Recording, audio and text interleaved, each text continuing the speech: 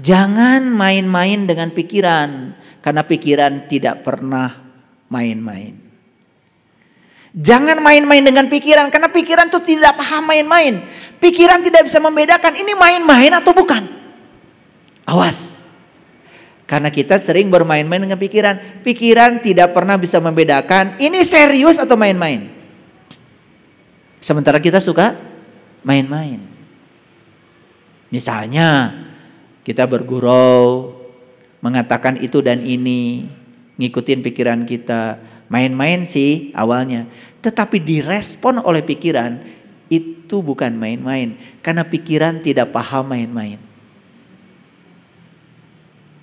Kasih tahu ya, gitu. Lanjut. Kebahagiaan manusia tergantung pikirannya, bukan keadaannya.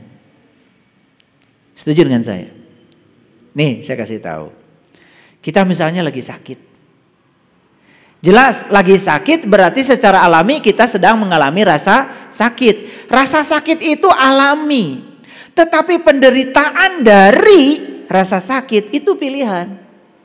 Bisa menderita karena rasa sakit atau tidak itu pilihan. Dan saya sudah membuktikannya. Saya pernah operasi ginjal saya, ya, dan itu yang mengubah hidup saya, mengubah cara makan saya, mengubah cara pikir saya, mengubah semua, ya, 360 derajat bukan 180 derajat berubahnya. Karena harus ditegur dulu dengan cara seperti itu. Dan saat itu saya pernah merasakan setelah operasi bagaimana sakitnya. Ini dobrak-abrik semuanya. Tapi saya cuma sadar rasa sakit itu alami. Tapi penderitaan karena rasa sakit itu pilihan saya. Saya tidak mau menderita karena rasa sakit. Makanya diperkirakan 15 hari di rumah sakit. Saya cuma 3-4 hari sudah keluar rumah sakit. Saya cabut sendiri itu semua selang-selang itu. Nyampe di rumah saya kemudian pergi ke Samarinda. Padahal harus istirahat 3 bulan. Enggak. Tergantung pikiran saya. Saya ke Samarinda. Waktu itu dari Balikpapan ke Samarinda belum ada jalan tol. 6 jam saya dari situ. Sampai di sana saya buka mata kolbu lebih dari 20 orang. Ini masih basah. Dan saya pasang perban sendiri. Ditawarkan oleh rumah sakit, mau enggak ada perawat? Enggak lah, saya bilang. Saya cabut sendiri, saya pasang perban sendiri, nggak apa-apa. Jadi penderitaannya itu pilihan, dan itu semuanya ada di pikiran. Jangan abaikan masalahmu, abaikan pikiran-pikiran negatif tentang masalahmu. Sebetulnya yang paling berat masalah kita itu adalah pikiran tentang masalah, terutama pikiran negatif tentang masalah, karena pikiran ini suka berteter, drama. Dibuat sedemikian luar biasa. Padahal kenyataannya tidak seperti itu. Sebetulnya masalah sangat menjadi masalah ketika pikiran bermasalah tentang masalah. Sebetulnya itu masalah kita. Masalah kita tuh bukan di masalah, di sini. Karena yang di luar mau dimasalahkan atau tidak dimasalahkan, ya tergantung kita. Contoh, anak kita dikasih sepeda motor, kemudian nabrak. Ini contoh saya. Anak saya yang kedua laki-laki. Waktu dia beranjak dewasa, badannya kecil, minta sepeda motornya Ninja. Ya, saya bilang, kamu memang bisa pakai sepeda motor? Bisa, ayah. Sering pinjam teman. Karena sering pinjam punya temannya kan, berarti saya pikir sudah bisa. Udah, saya sama istri saya lagi di Jakarta, tiba-tiba dia telepon saya. Sepeda motornya itu pakai ngebut, ya Ninja kan pengennya ngebut terus. Nabrak tukang bakso. Dia sangat takut berbicara kepada saya, padahal saya tidak pernah menyalahkan. Kemudian saya bilang, kamu gimana? Apa yang sakit? Gak apa-apa ya, cuman ini. Ya udah, nanti ke puskesmas ya. Ini sepeda motor gimana, hancur ayah? Ke bengkel kan ya. Tukang bakso, hitung semua piring yang pecah berapa, mangkok yang pecah berapa, baksonya berapa, nanti ayah yang bayar. Lebih bagus kita berfokus pada solusi daripada kita berfokus pada masalah. Karena pikiran kita yang negatif ini sering berfokus pada masalah. langsung dimarahin. Kamu sih nggak hati-hati. Lah marah tidak menyelesaikan masalah. Yang menyelesaikan masalah itu sepeda motor bawa ke bengkel. Kalau anak kita sakit bawa ke rumah sakit. Kalau tukang baksonya sakit bawa ke rumah sakit. Baksonya amburadul bayar. Selesai kan? Apa masalahnya? Masalah terbesar adanya di sini. Karena kita sering mengidentikan diri kita seakan-akan diri kita adalah pikiran. Saya kasih tahu para sahabat, diri kita bukan pikiran, bukan tubuh. Karena diri kita adalah pengamat bagi pikiran. Si pengamat pikiran itulah diri kita. Itu yang disebut dengan kesadaran itu. Kenapa kesadaran kita tidak muncul selama ini? Karena kita belum tahu siapa jati diri kita yang sebenarnya. Jadi tetap saja solusinya adalah kenali siapa dirimu. Itu. Makanya kalau kita sudah kenal siapa diri kita, kita akan kenal siapa Tuhan kita. Di situ kesadaran kita akan mulai menanjak. Dan ketika kesadaran berkuasa dalam diri kita, pikiran akan dikuasai kesadaran. Sehingga kita tidak akan pernah mengidentikan diri kita sebagai pikiran. Nanti pada titik tertentu akan sampai pada titik di mana ternyata masalah itu tidak ada. Karena masalah itu diadakan dan dimasalahkan oleh pikiran yang bermasalah. Jadi masalah besar kita adalah pikiran kita. Jadi menyelesaikan masalah sebetulnya adalah meningkatkan kesadaran pikiran. Masih ingat dulu pertama nyetir mobil? Kapan harus ngoper gigi 1? Kapan kopling diangkat, masih ingat? Masih ingat kan? Masih ingat ya? Gak seperti sekarang udah matic semua. Ya. Begitu sudah oper, awas kopling jangan diangkat dulu. Rem. Ya kan? Nah, begitu sudah dioper gigi, kopling angkat dikit-dikit, pindahkan kaki dari rem ke gas. Banyak persyaratannya dulu. Betul nggak? Iya, pikiran kan waktu itu masih kaku sekali. Akibatnya ketukar tuh, ya. Ketukar ya. Gas ketukar dengan rem, betul? Iya, atau rem ketukar dengan kopling, kan gitu. Itu. Nah, ketika sudah kapan oper gigi 1, kapan oper gigi 2? Karena kita juga nggak pernah diajarkan gigi 1 tuh seperti apa sih? Gigi 1 itu giginya besar-besar, putarannya kecil. Gigi 2 lebih kecil lagi, putarannya lebih kencang. Terus makin besar giginya, makin halus giginya, makin kencang putarannya. Nanti lama-kelamaan kita akan bisa membayangkan ketika pikiran sudah otomatis.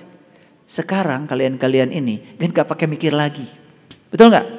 Oke maju, dek, udah. Kopling tidak akan ketukar lagi dengan rem. Kenapa? Karena kesadaran sudah menguasai pikiran. Seperti itu. Otomatis saja sekarang. Nah, kalau kesadaran sudah otomatis menguasai pikiran, disitulah kita tidak akan pernah mengalami yang namanya kecelakaan spiritual. Selalu eling dan waspada, selalu sadar. Oke? Tuh. Pikiran besar datang dari hati, bukan dari perkataan orang lain. Pikiran buruk lebih buruk daripada keadaan itu sendiri. Jadi keadaan sering diperburuk oleh pikiran buruk. Kenyataannya tidak seburuk yang dipikirkan. Betul? Kalau kita menutup diri dan tidak mau membuka pikiran, kita tidak akan menjadi orang yang tak pernah bisa belajar apa-apa. Itu sebabnya syarat pertama untuk bisa belajar adalah membuka pikiran. Kalau pikiran kita masih tertutup sampai hari ini, kita tidak akan pernah tahu apa-apa. Jadi pikiran itu bisa menjadi sumber penderitaan, juga bisa menjadi sumber kebahagiaan. Jadi kalau begitu, siapa pencipta surga dan neraka? Selama ini kan kita bilang pencipta surga dan neraka Allah. Ya Allah. Pencipta surga dan neraka adalah pikiranmu. Ini mau jadi surga, ini mau jadi neraka, terserah pikiranmu. Makanya pikiran orang-orang yang masih berisik, kesadarannya rendah, digambarkan seperti air terjun. Air terjun itu gemuruh terus. Dasarnya nggak kelihatan. Dan orang yang pikirannya sudah jernih, persis seperti air di telaga, semuanya menjadi nampak jelas. Ketika kita tenang, situasi sesulit apapun tidak akan pernah bisa tidak diatasi. Jadi tidak ada pekerjaan yang berat atau ringan, hanya ada dalam pikiran kita saja. Nih, mau belajar spiritual, kan suka banyak yang menggoda. Wah, gak mungkin kita belajar ma'rifatullah, syariat aja belum. Karena kita menganggap syariat, thariqat, hakikat, ma'rifat itu tingkatan-tingkatan ilmu. Padahal tidak, itu harus nyata sekaligus, harus berpadu. Nabi Muhammad mengatakan awwaluddin ma'rifatullah. Awalnya agama bukan syariat, awalnya agama itu ma'rifat, puncaknya agama baru syariat. Setelah kita tahu dan kenal kepada Allah, kan kita ingin mengekspresikan diri kita kepada Dia. Betul? Sang Maha segalanya. Cara mengekspresikan diri kita kepada Dia diwujudkan dalam ritual-ritual ibadah. Makanya ada ibadah sholat dan lain-lain. Ritual itu akan menjadi ada ruhnya kalau kita sudah tahu siapa yang kita sembah. Jadi syariat, thariqat, hakikat, ma'rifat bukan tingkatan-tingkatan ilmu. Makanya kalau sudah ma'rifat bisa menyelesaikan 3 tingkatan di bawahnya. Tapi kalau lewat jalan syariat kita tidak akan bisa menyelesaikan yang di atas. Karena melihat dari atas selalu lebih mudah ke bawah daripada dari bawah ke atas. Langit itu bisa menyaksikan bumi, tapi bumi belum tentu bisa menyaksikan seluruh langit. Makanya berjalan dari atas lebih mudah daripada berjalan dari bawah. Makanya Nabi dan Rasul mengatakan mulailah belajar agama dari makrifat, dan kita balik belajar agama dari syariat lalu merasa diri paling benar. Syariat itu puncaknya makrifat. Makanya kalau belajar tidak boleh satu-satu, harus semuanya. Makanya kan Isra Mi'raj Nabi itu dilambangkan dengan buruk. Buruk itu kan kakinya 4, kuda kakinya 4, betul? Nah, 4 itu kalau ingin belajar ilmu spiritual, memanjat bintang di langit terdekat, maka kuncinya 4. Syariat, thariqat, hakikat, ma'rifat, harus gumulung maninggal. Tidak boleh menegasikan salah satunya. Karena itu kaki kita. Makanya di sini diajarkan 4-4-nya.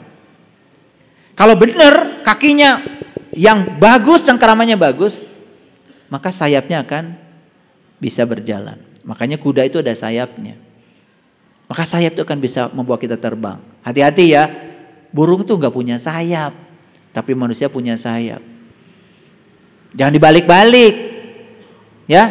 Burung itu walaupun punya sayap, hanya bisa terbang dari pohon ke pohon, dari materi ke alam. Tapi manusia bisa menembus sempadan langit. Manusia itu bisa menembus akhirat. Manusia bisa menembus sidrah al-muntaha dengan sayapnya. Kalau bisa cara menggunakannya. Makanya kalau kita sudah bisa menggunakan sayap, saya pastikan hidup kalian tidak akan merangkak. Tidak akan merangkak. Kenapa hidup kita merangkak selama ini? Karena kita terus membiarkan sayap kita yang diberikan semesta itu tidak digunakan. Makanya kan di Sunda ada lagu yang sangat bagus. Namanya Manuk Dadali. Masat ngapung luhur jauh di awang-awang. Meberkeun jangjangna bangun taya karingrang. Sok beberkeun jangjangna. Kepakan sayapmu terbang setingginya. Begitu kita terbang setinggi-tingginya, maka kita akan menjadi bijaksana, menjadi dewasa. Dan orang yang merangkak tidak bisa terbang, sempit, tetapi merasa paling benar. Ngapung. Makanya Bung Karno membuat lambang negara kita kan Garuda, terbang juga. Nabi Muhammad kan mengabarkan kepada kita, beliau Isra Mi'raj juga pakai buruk, terbang juga. Betul nggak? Iya. Cerita tentang burung hudhud dalam Al-Quran itu juga sangat banyak, bahkan diabadikan di Candi Borobudur. Pertanyaan saya nih bagi kalian semua nih yang ada di sini, sudah bisa menggunakan sayap?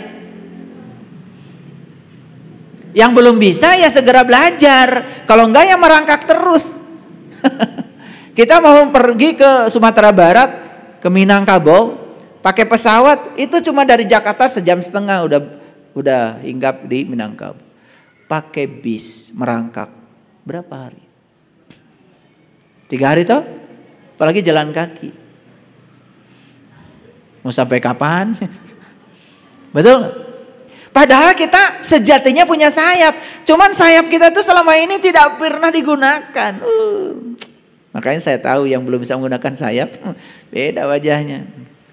Ya. Yang sudah bisa menggunakan sayap juga beda wajahnya. Ya. Ya. Karena kedewasaan kelihatan tercermin. Maaf ya, maaf kalau saya bicara begitu. Jadi pikiran adalah sumber dari penderitaan dan kebahagiaan. Surga dan neraka itu semua masalah psikologis, bukan masalah geografis. Ini jadi surga, ini menjadi neraka, tergantung pikiran. Aduh, yang pikirannya sudah positif terus, bening, jernih, tidak pernah berburuk sangka. Aduh, surga. Surga. Sudah pikiran jernih, duitnya banyak. Aduh. Surga.